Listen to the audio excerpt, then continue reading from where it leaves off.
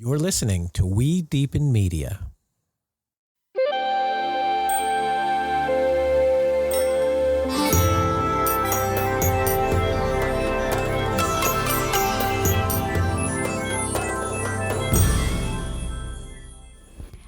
Hello, and welcome to an episode of Deepen with Christina.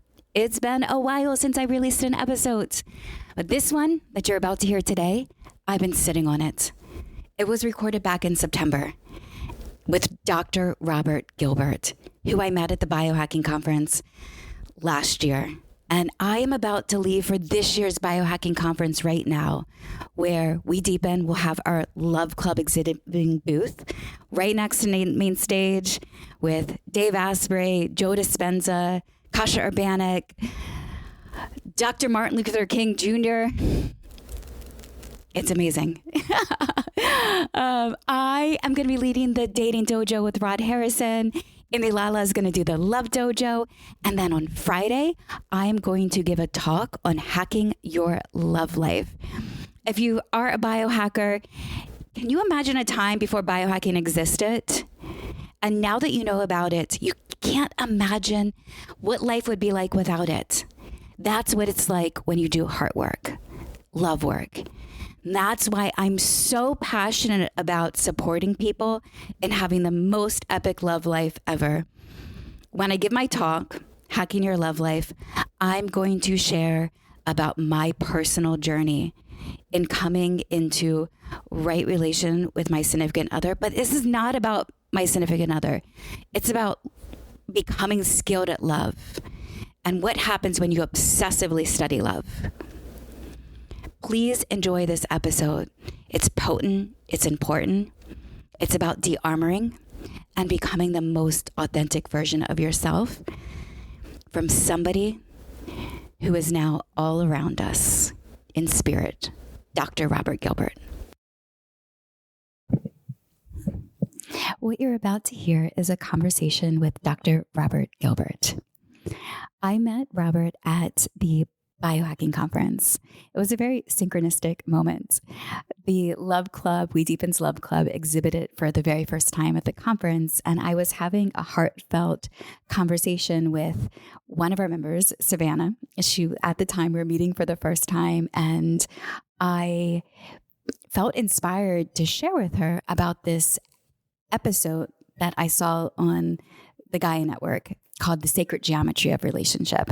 I had watched it months prior when my significant other and I were on a break, and I went to Gaia. I'm always searching for, what can I learn? How can I deepen around love and relationships? I went to the Gaia network, I typed in relationships, and this episode popped up. And I watched it, and I remember feeling this was truth.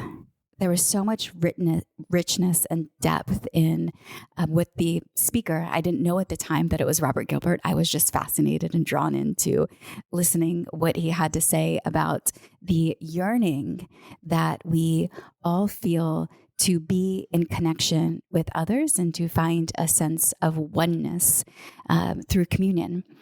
And so there Savannah was sitting with me and just came out like, I think you should watch this episode.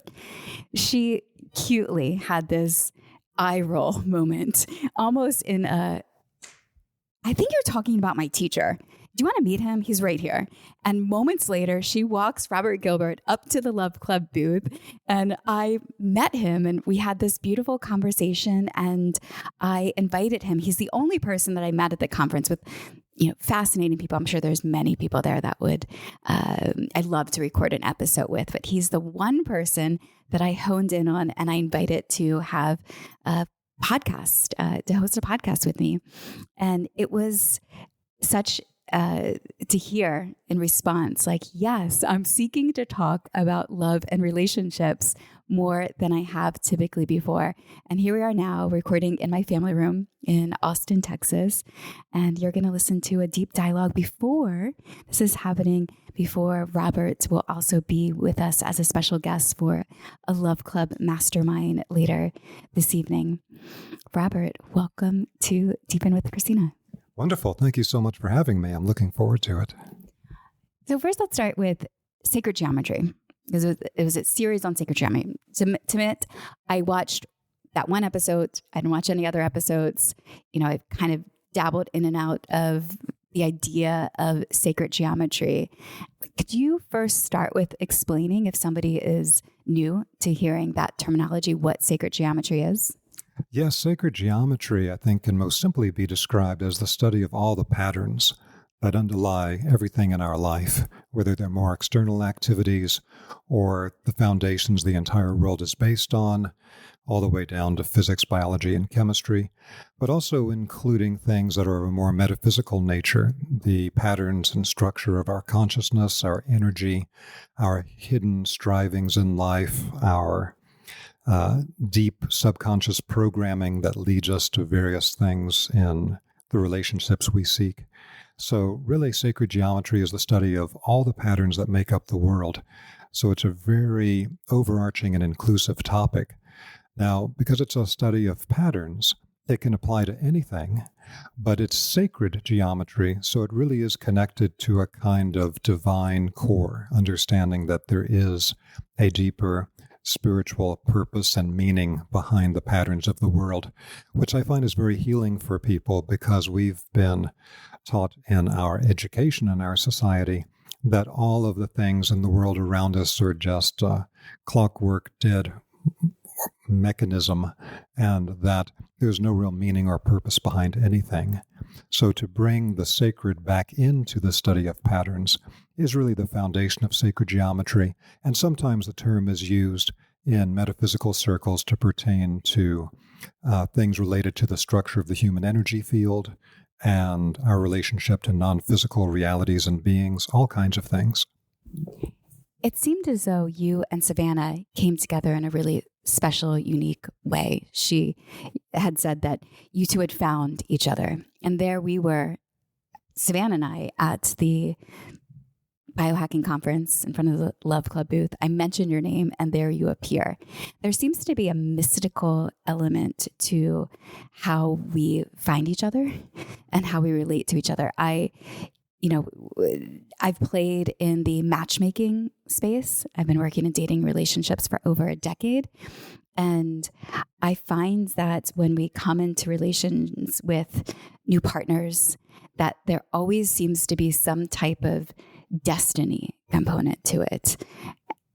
And for me personally, of some type of lesson that each relationship brings that I feel as though when it completes, there's a graduation that happens to it. Does sacred geometry also help explain the mysticalism that our social ties is the people around us? Is there an explanation for that as well?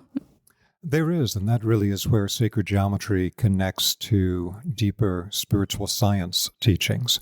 So one perspective we could have on it, because there's many different aspects to that, is that if we look at the classical understanding that human beings have different levels of their structure, so the most common way of understanding that today, although it had different formulations and different traditions across history, is the 7 bodies model that we have from the Theosophist that is kind of a foundation for Western metaphysics today. So we have the physical body, we have the energy body, sometimes called chi, ki, prana, ether, also related to our sexual energies and core vital life force. Then we have the emotional level, we have the mental level, we have the causal karmic level. Then above that, we have the true spiritual level, and above that, we have the divine, which is the unity we all come from and we all return to. If we understand things from that perspective, then we find that in our relationships with anyone, not just intimate or romantic relationships, but in any relationship, we will see that we have particular levels that we resonate with and connect to another person. And so I may connect with one person very well on a mental, spiritual level, but with another person more on a physical, energetic level. And so to have a sense of being able to define on what levels we're really connected to a person and resonate with them can be very interesting and very clarifying. And sometimes it can avoid getting into conflicts with people once we understand that we may not be able to fulfill them on a particular level that we're not really resonating on, but we may be a great match or partner for them on a different level.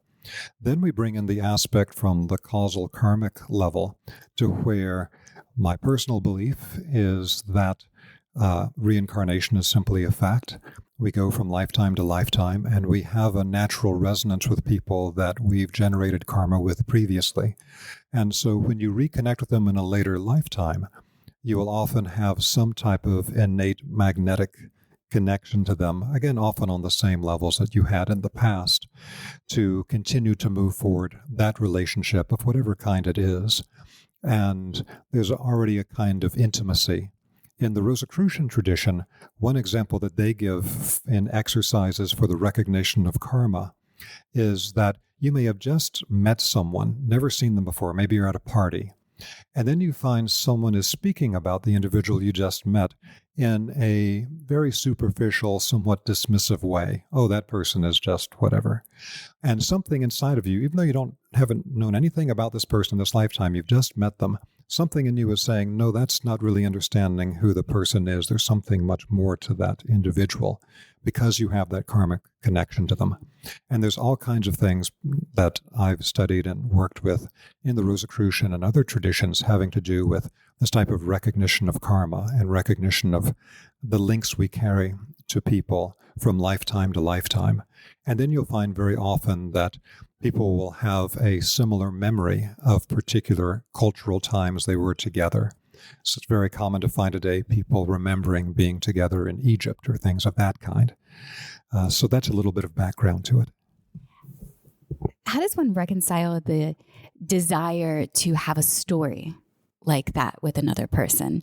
When you're dating, you're potentially seeking the one. You're looking for this one person, and we all hear stories from friends, loved ones, where they, sometimes they feel like fabricated.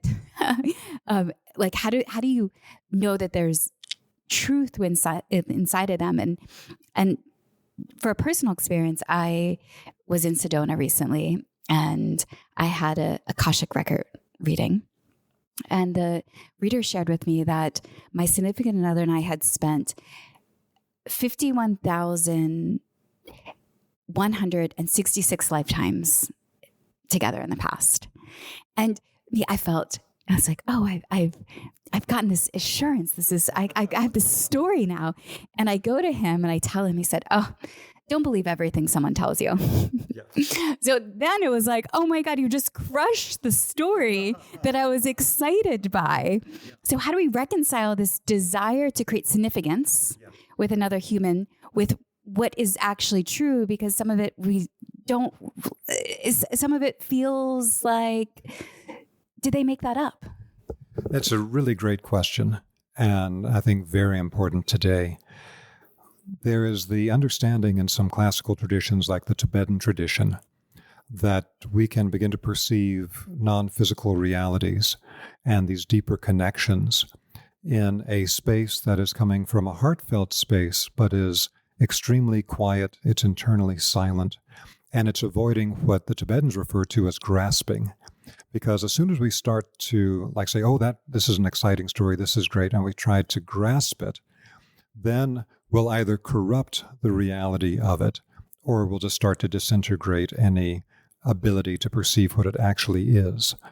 And so it's very important that I find, if I'm feeling this karmic connection with a person, I don't spin it into a story too quickly, and I don't try to grasp the other person and this connection or make it fit into whatever my fantasy might be, but rather I let it evolve over time, observing it from a completely neutral position to where it becomes so self-evident that I see that for myself.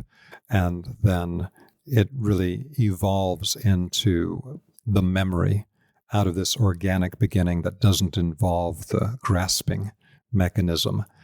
There's a saying in the Rosicrucian tradition that in the beginning was the memory. And what this means is that in every incarnation that we come into, after taking what's known as the draft of forgetfulness, where we forget who we were and what we did in previous incarnations to at least some degree, that we have to start to remember, who am I? Why am I here? What did I choose to do in this incarnation?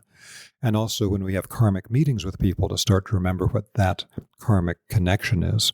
But like you're pointing to, it's something that is extremely significant today, where often there's a tendency to superficially construct stories prematurely, to not grasp, but to just settle back and get centered and just observe what's energetically present in that space.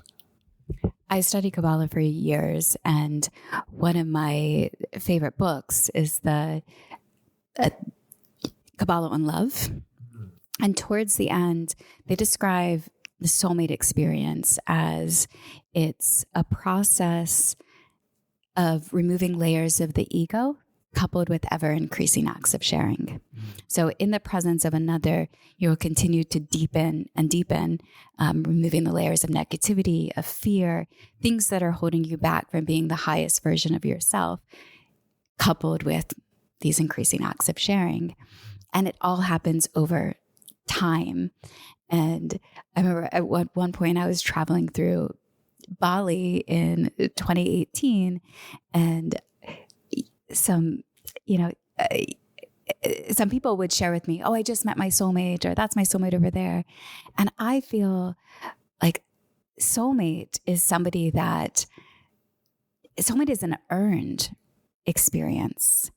It's when I'm 80, 90, 100, and I can look back on my life, I can see with a greater lens of the significance of the relationships that had unfolded, rather than labeling them in that moment. Right. I'm curious, when I say all that, do you agree, or do you have a varying perspective on the quote unquote soulmate? No, that's a great question. And I would definitely agree that it's only going to be from a larger perspective that we can see, is this person truly our soulmate? I've very frequently experienced people saying, oh, this is my soulmate. And then 3 years later, they're talking trash about them and they hate them and they want nothing to do with them. So that was probably a premature attribution of soulmate status based on some type of intense connection that was happening on one of these levels. It may have been emotional, it may have been mental, it may have been spiritual, it may have been sexual, but it wasn't necessarily the deep total union that is the highest tantra that is explored in the internal alchemy of many great traditions. So this is really related to what we carry inside of ourselves as a deep subconscious longing. It's deeply programmed in us that we all come from the one, where we were completely enmeshed in the universal totality and we weren't separate. And then we get cast out into a separate form, a separate being, and we want to go back to that state of unity, that state of oneness. And so we carry the longing for that. And so this becomes a very important path of the lover, which I believe was more clearly understood perhaps in some earlier times than it is today. There's so much exploration going on today, which is wonderful, but some of the core foundations may be getting lost a bit in that process. And so one part of this, I believe, is that when we can get to the point of shedding our, I'll use the term from Wilhelm Reich, armoring, where we hold ourselves separate and apart, and we hold tension in parts of the body where we don't want to feel certain feelings or have certain memories. We're all armored in certain ways, and we need to consciously de-armor and become completely mentally, emotionally, sexually, energetically available in a relationship. And at that point, where there's nothing to resist, there's the complete opening of both energy fields and consciousnesses together, where you don't know where you end and the lover begins, so you become one. I think that is the deepest yearning, and that is the deepest accomplishment. And the person that we can do that with, who loves us for who we are in our essence and is capable of seeing us in our core essence, which is something that comes from being able to see us across time and across multiple dimensions of ourselves, that would be a true soulmate. And of course, we all yearn for that. Many people feel like they never found it in this particular lifetime. But a lot of it is linked to this whole process of radical de-armoring, to be fully present with another person that we are resonant with on enough levels that we can return to that full unity experience.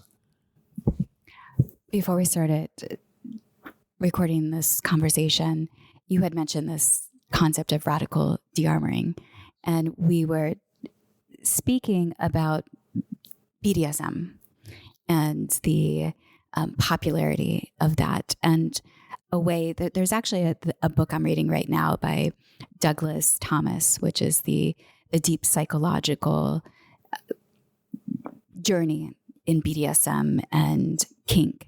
And there's also a particular topic, a particular chapter on degradation and suffering and the pain. And one thing that he says is that the soul, that the suffering is the soul's journey, and it helps to enliven the soul of coming further to life. And in my continued exploration around understanding that, I mentioned, can we talk about alternative relationships? And of course, when you say the term alternative relationships in this current environment, we think of poly or an LGBT type of relationship. Whereas I, from thinking of an alternative relationship, is looking at, this, the BDSM route, but master slave, the feminization of men, and in that let's go to like the master slave. When I look at the studies of it, when somebody possesses another human being, claims another human being, you're mine. Even if we look back in February 14th, Valentine's Day, it's printed all over those little hearts, you're mine. And in that, in my research, I've heard that the quote unquote slave in those experiences, the one being claimed, is able to feel more of themselves, is able to drop in further into their emotions that they aren't able to grasp. Now, this concept of radical de-armoring seems very similar to what you're saying, but maybe another path than going into the pain and suffering. But it's not talked about much, or I haven't heard much about the radical de-arming. I believe in the way that you're saying, and granted in transformational programs and the conscious community, yes, there's a lot of talking about de-armoring, sexual de-armoring. How would you describe this experience? So I would see what's going on now with the great growth in the last 20 years, particularly in BDSM and people exploring various relationships having to do with levels of control, dominance, submission, etc. It is a classical pathway for people to explore, to come to an energetic and psychological wholeness through exploring parts of the psyche and parts of relationship that are often difficult to fully experience otherwise. So that's one side of it, and certainly, particularly for the person who is being dominated or who is being owned or something of that kind, it's certainly understood that part of the desirable part of that experience for that person is at a certain point a type of radical letting go, where I don't have to make decisions for myself. I will be told what to do. I will be controlled and directed, and I can just let go to be dominated. And in a way, it is a path of oneness in that you're no longer keeping a separate will from that of the person who is the dominator. So it is a particular dynamic pathway.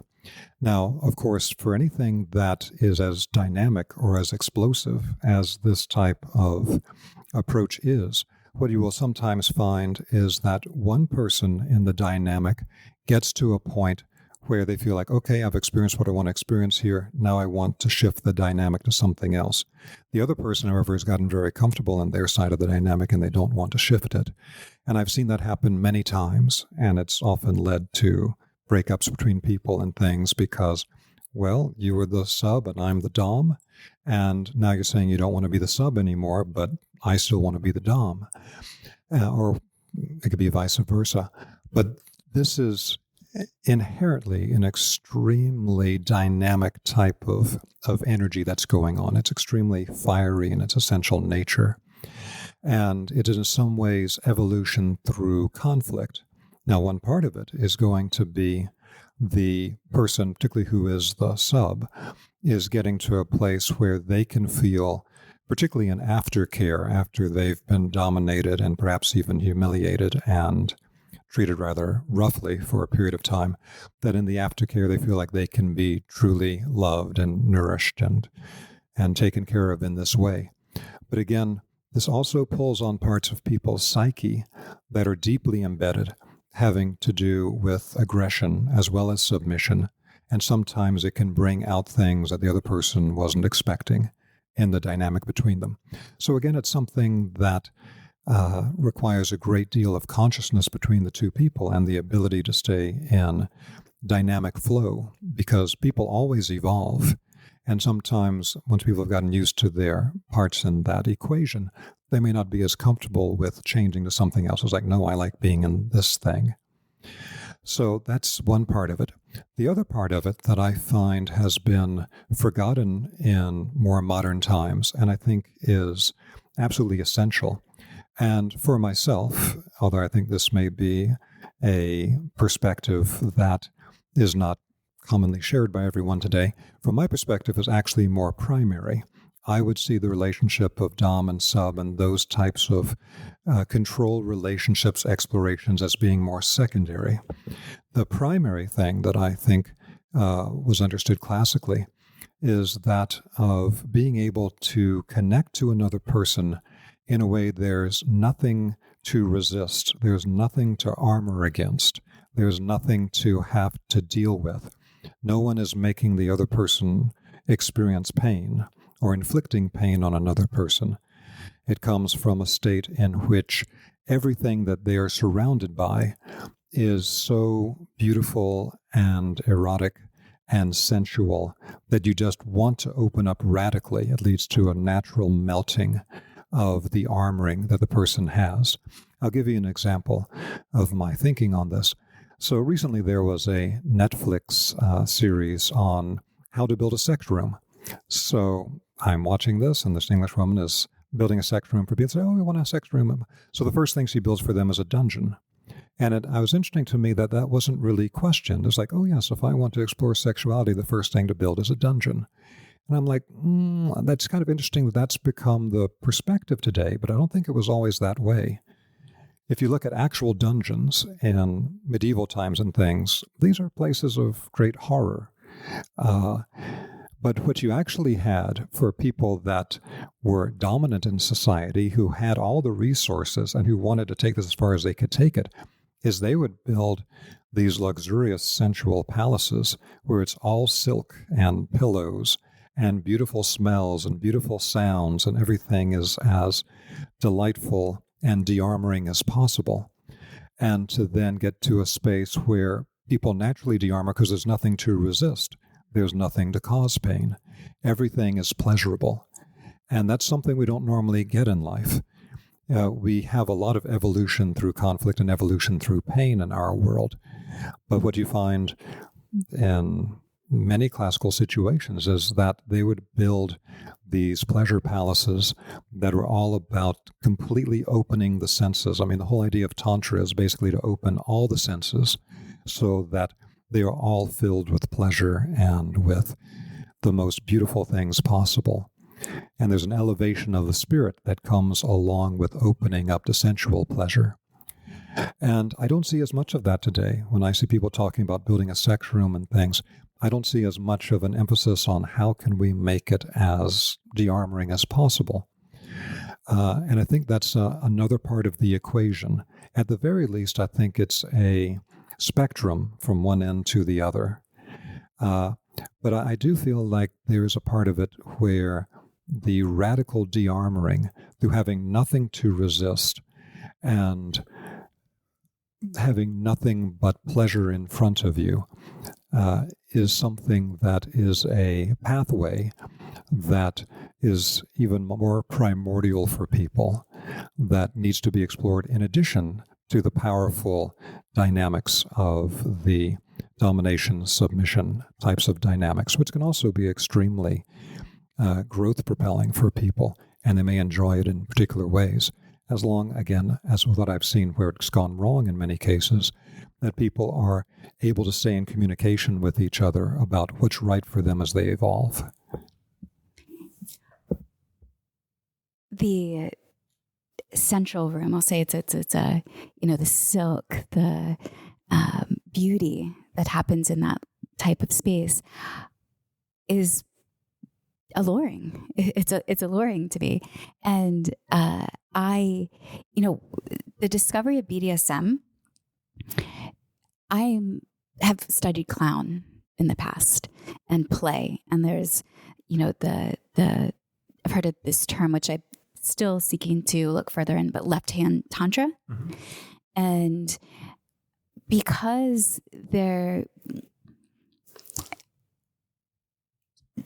I think that sometimes, like, in the intensity in, say, a tantra space, the eye gazing, the ease and the deep, and maybe you can get into the ecstatic dance realm, and there is like the flowing and play around it. And then the spectrum, it's like the spectrum of jumping back into like the darkness to create the friction, the intensity to ignite the play a little bit further. But the dance back and forth is, which can take a relationship and deepen it together. It gives it the, I guess the borders or that's not even like, but the grounds to play. Let's talk about like the grounds to play. And I do see that there's a greater discoverability in that. And I think through clown. Are you familiar with the practice of clown? I believe I am, but you may be using it in a different way than I'm thinking. So please clarify if there's a particular meaning you have with that. My teacher of clown, Dr. Jet Evelith, she studied improv for over 20 years. And then she's studied with, but if you think of like Charlie Chaplin and Lucille Ball, a lot of the greatest actors and actresses were trained in clown, because through clown, you are dropping into the emotional body and you're moving from that space. That's where you see the sad clown or the happy clown, and trying on those dynamics or feeling into the emotional body and moving from that place first. That's humor can come from that experience. Play becomes alive. And the BDSM realm, for me, was like, oh, I can play with this. This is all fun and games, and I have props and tools, whips and floggers and canes, and I can dress somebody up and sissify them into some experience. But I think and maybe you can share more about once you get into the radical de-armoring, but like, what's the game there? Like, what's the play like? How does somebody create a scene around that type of experience? Okay, thank you.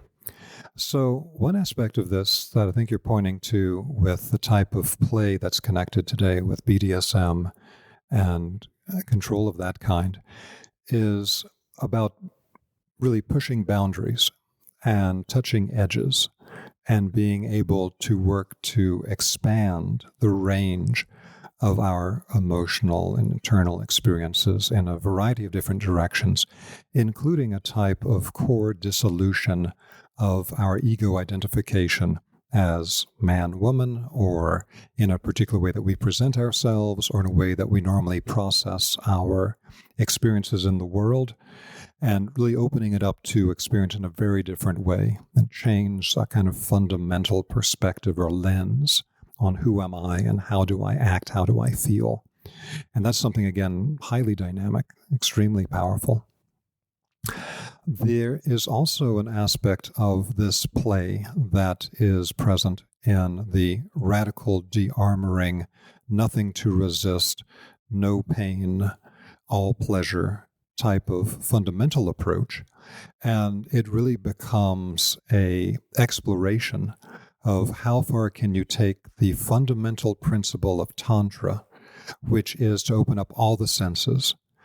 So if we truly take it as far as we can take it, what are the smells that activate something in a person? How far can that be pushed? What are the tastes that a person can experience, the full range of taste? What do they activate in the person? The different types of touch, and what does that experience mean for the person? And then the beauty that we can take in through sight and through hearing. So really it becomes a thing of creating spaces and being able to explore the space with a lover where it is a constant incremental improvement for the depth and intensity of the beauty and the pleasure of what is seen in the environment. This has a lot to do with lighting, a lot to do with images, a lot to do in the presentation of the self to the other. This can lead to all kinds of things also with costuming and presentation. In a very deep level, it can sometimes lead when the people do have a karmic memory of each other, if they actually would dress up in the clothing they had to say they remember an Egyptian incarnation, and they actually dress in the Egyptian way and present themselves to one another in this complete de-armoring type of environment that evokes deep karmic memory of this and reconnect with each other. It can be incredibly powerful and explosive in liberating parts of the psyche that have been suppressed, often with deep pain having to do with loss of connection to the other between incarnations and things of this kind. This isn't always talked about, but it's something that's a very deep primeval process. So there's all these ways that we can explore what is seen in the environment with the light and images and bodies and things of that kind, clothing, and then what is heard, so that the entire world of sound becomes active. Everything from the sounds that the lover makes to the type of music or natural sounds that we evoke. How far can that be taken?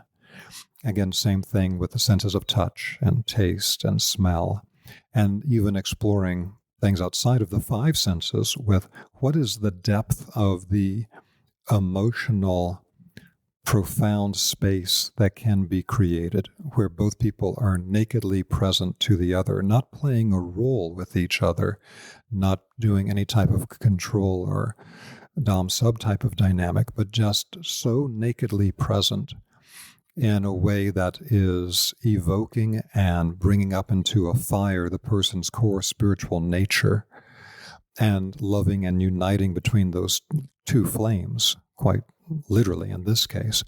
It's something that I have found in my own exploration of it and in my own discussion of it with people, is something that is in itself a very rich world to explore of how far can you take that, because there's just so much we can do today that was very hard to do in previous incarnations about creating spaces where all five tantric senses are fully activated. That is just mind-blowing for people. It's something that I really love, and have had such personal growth from, and it means a lot to me, and I don't hear it discussed as much. So I like discussing it and just raising it in conversation. I want to take it a little further. What I hear being discussed and in the relationship space often is this process of becoming more you, more authentically you, accessing higher versions of yourself. Love, to me, includes that, but that's one half of the equation. The other half of the equation is sharing. I once heard a Kabbalah teacher said that we sacrifice for a shared life. And so often in the materialistic world, if we're traveling through multiple relationships, as in this journey of discovering ourselves, and typically, who's to say when you find a partner to stick with for the long time? Some of us come into that connection at 18 or younger, and others will most, I think others will meet that person over the age of 35 and potentially even later in life. But if you're meeting them later in life, you've accumulated materialistic possessions, money, wealth, houses. And I find that even the most conscious people have a lot of fear around, like, sure, take me into a BDSM space, I'll reveal my soul, I'll show it to you, but this is mine and that's yours. Yeah.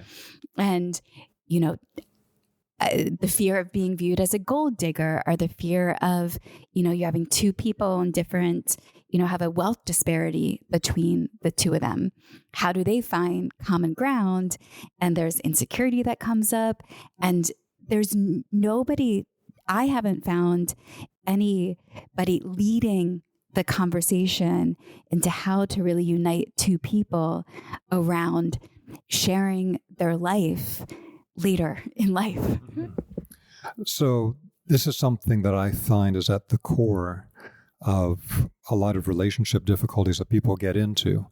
Now, for me, the way that I've formulated in my own mind, and this is again coming from the Rosicrucian tradition, is that the core polarity that we have in all relationships is related to the evolutionary process we've all gone through, where we all spiritually come from the one, where we were united into one with all other beingness.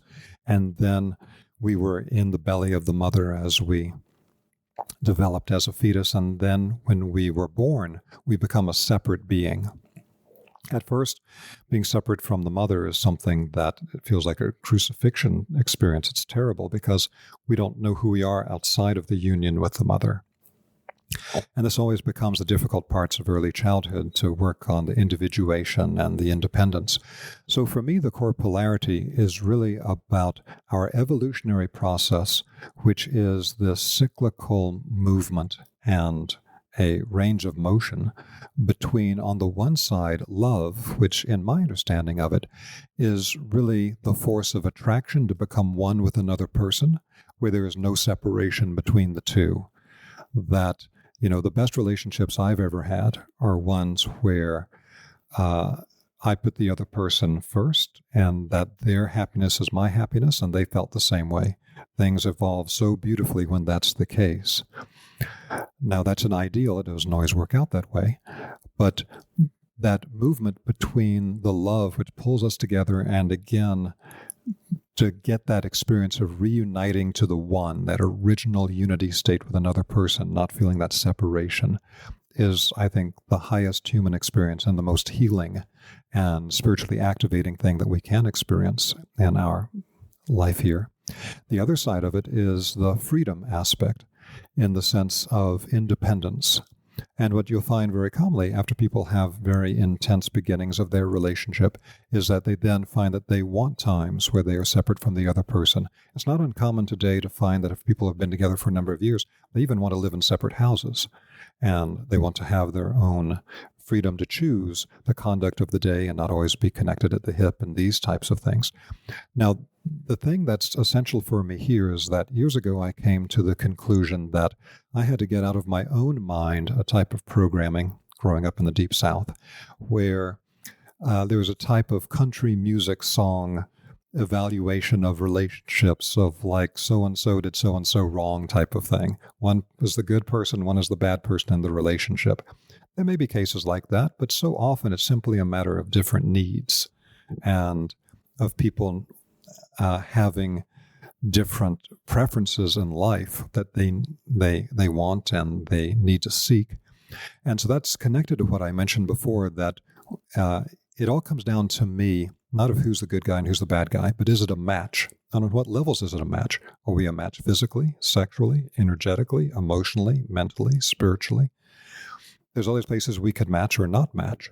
This also comes into a lot of polyamorous relationships, that rather than trying to force one person to fulfill all of your needs when you may not resonate with them as much on some level, you find other people that you can resonate with and get that aspect of yourself more gratified.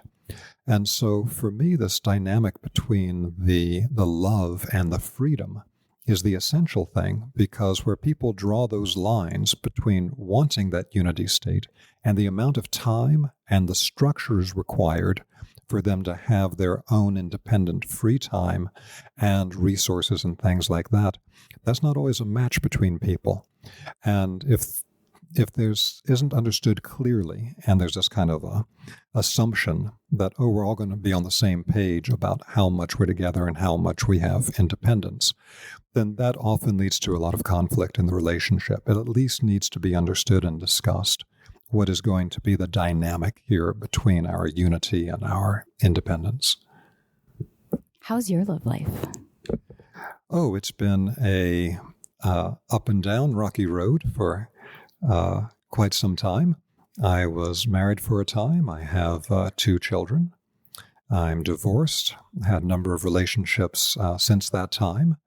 And it's been an evolutionary process of really wanting to find that balance between the love and the freedom. Because I've certainly had both aspects where I really desired deeply that unification with another person. But also times when I had that, like, oh my God, I got to get some space here. And then led me more and more to this kind of primal de-armoring thing of what I really wanted to explore with people. Because I explored all kinds of conflict or other domination type relationship things back and forth. But in finding that kind of core de-armoring space and exploring that de-armoring space with the person where there was really the feeling of your happiness is my happiness and going into that one state, that's something that's been incredibly gratifying for me. And I definitely would never claim to be at an end point of the process. It's constantly evolving. Your happiness is my happiness. My pleasure is your pleasure. Yeah, that's the game. You brought up needs and what does someone need in a relationship? And I struggle with that a bit because if you mentioned the polarity around love and freedom, I see a polarity too around love and need. Like is most of the longing for a partner out in the world is coming from this space of loneliness or and yes, we could say it's loneliness, but I think there's also yearning for oneness. So it's yes and to both of those perspectives, but the need aspect of it,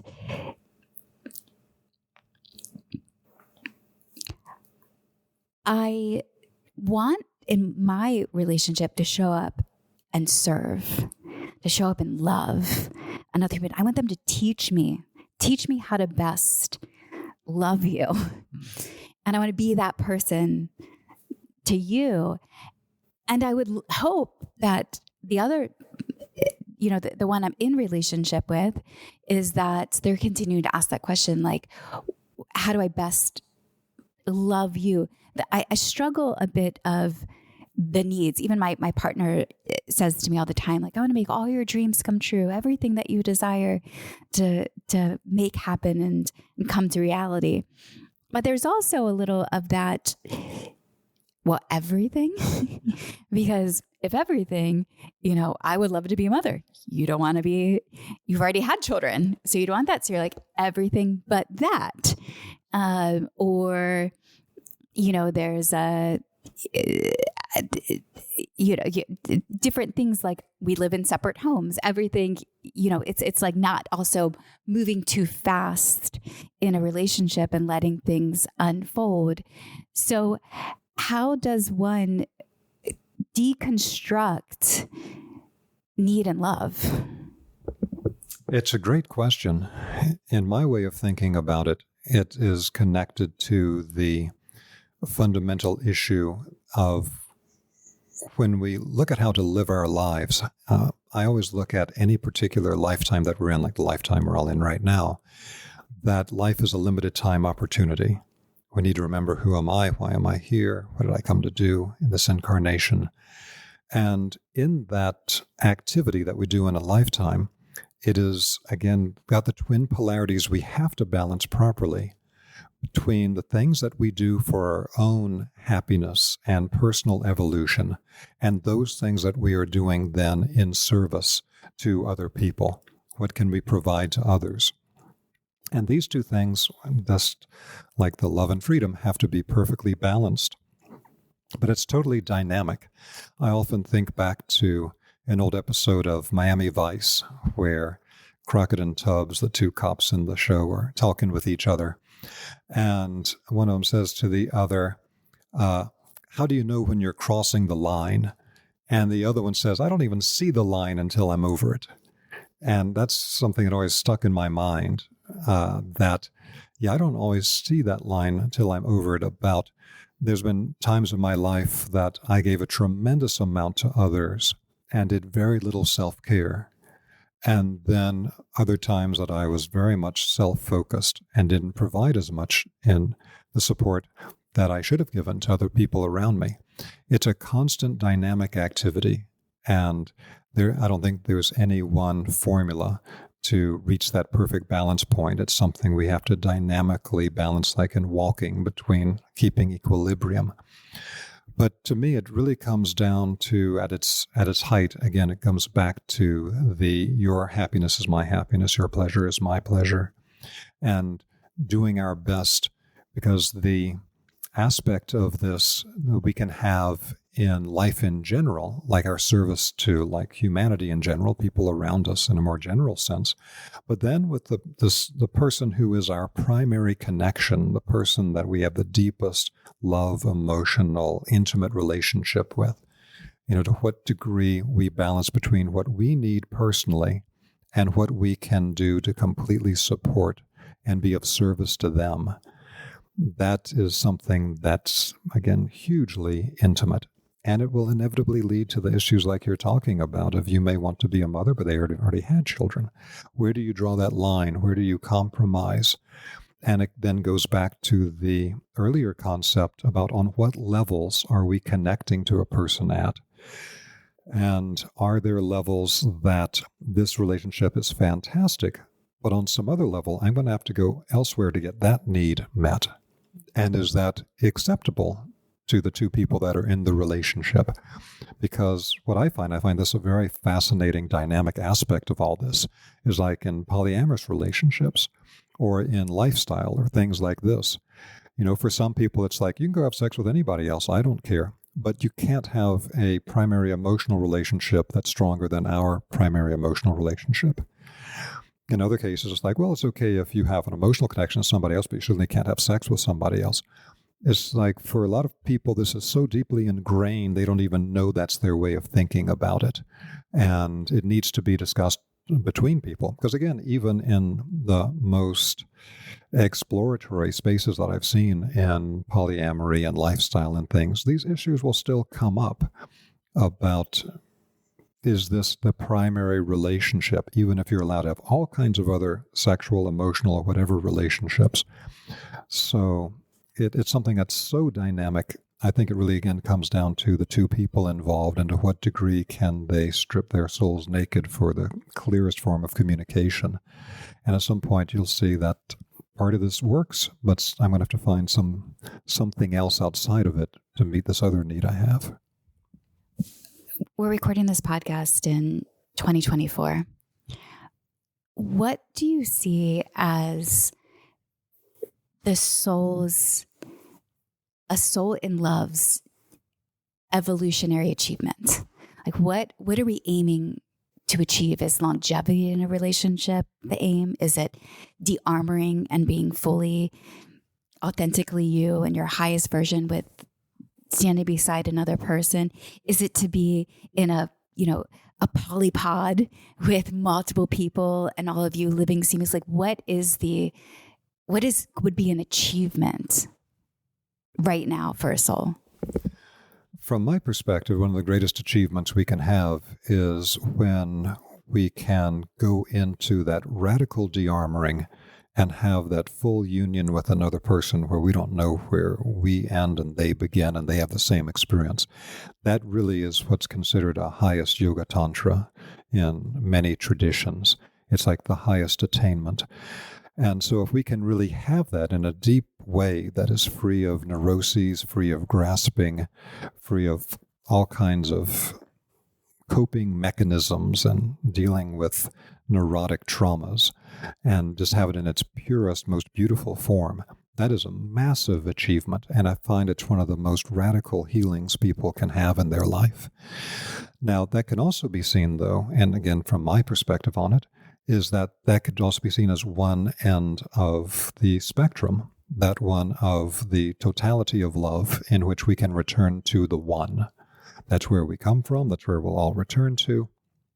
But the other side of that spectrum, again, is freedom and being able to have complete independence from another, connecting to our own core rather than to their core to have the incredible alchemical fusion back into the one.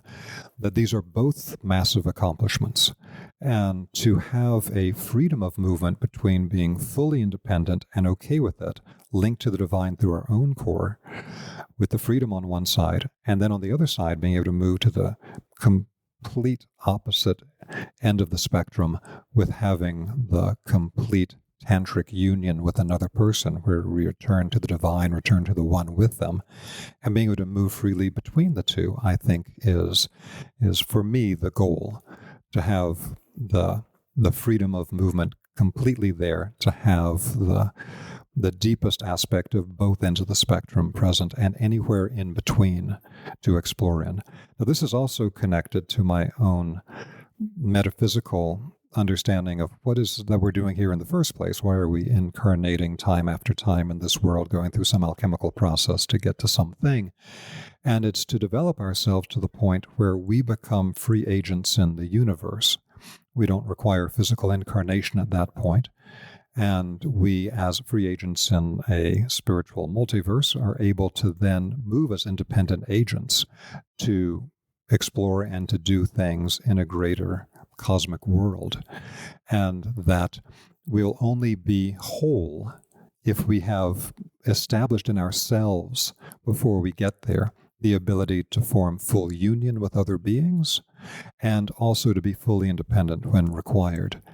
As a quick illustration of this from a higher metaphysical aspect, there's a wonderful term called combinescence that I learned from the French medical doctor Samuel Sagan at the Clair Vision School of Australia back in the 90s.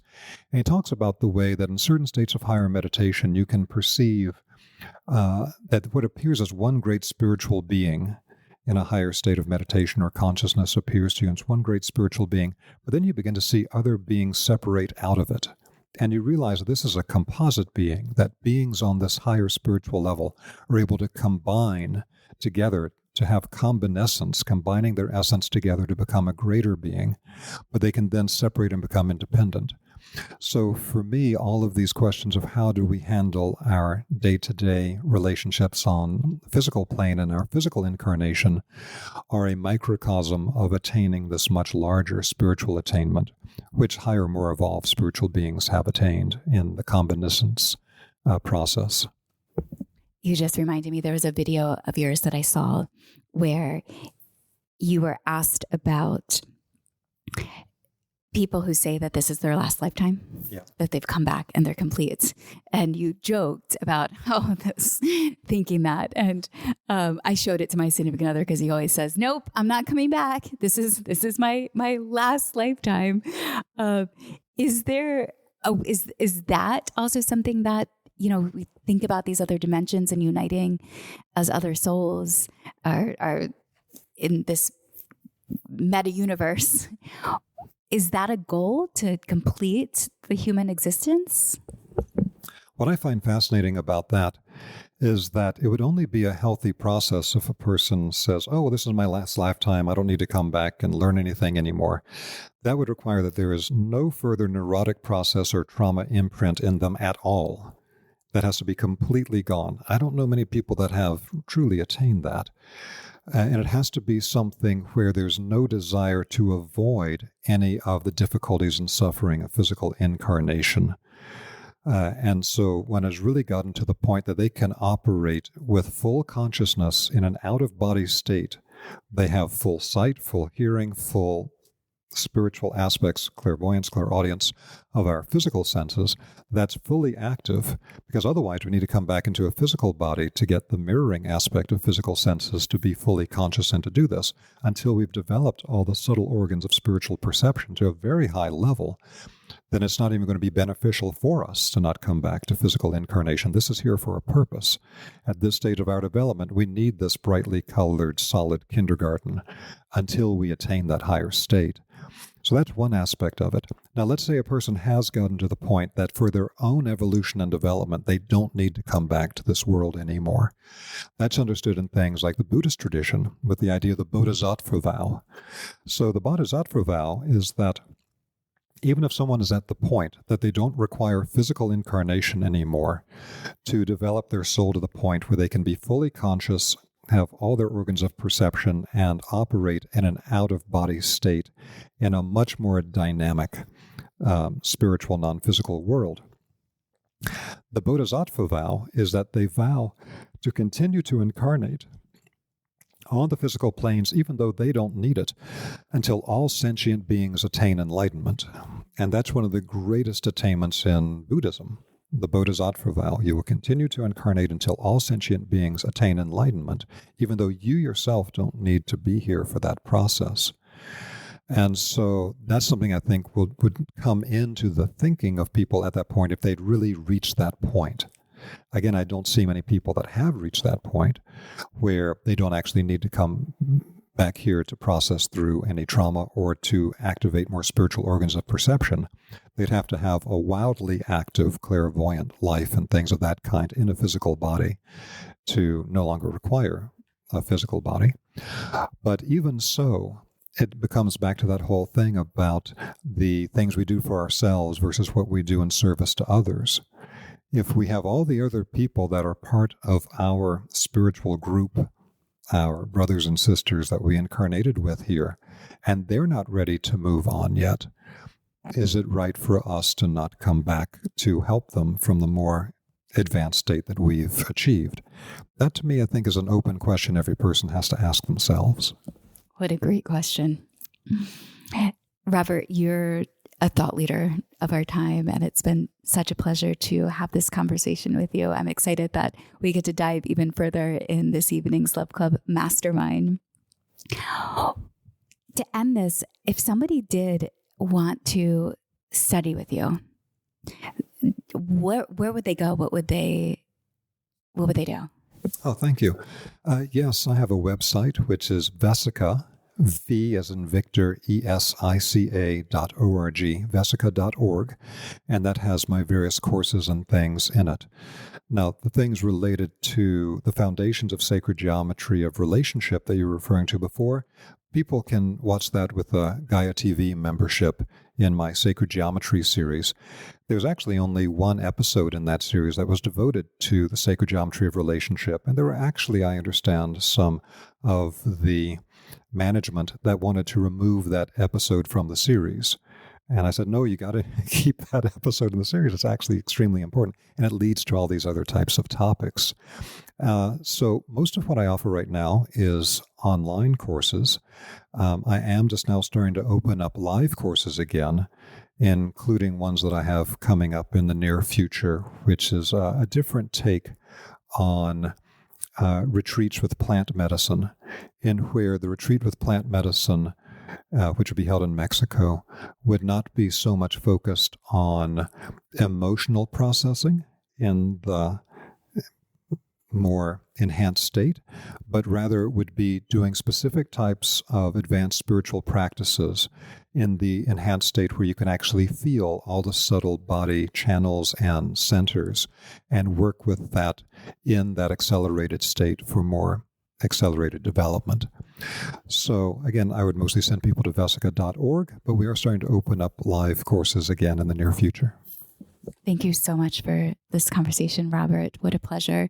It's such a gift to have you here in my home, and thank you for sharing. And please open up those conversations about relationships with more people, because this, to me, the quality of our life is determined by the quality of our relationship, and it's the most important aspect of our existence.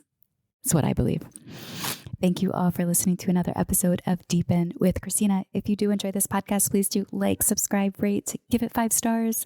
Helps more people find it, helps me continue to record it, and go check out wedeepen.com to gather with us in person. While I love recording this and sharing with you, what I love even more is being together. Okay, bye for now.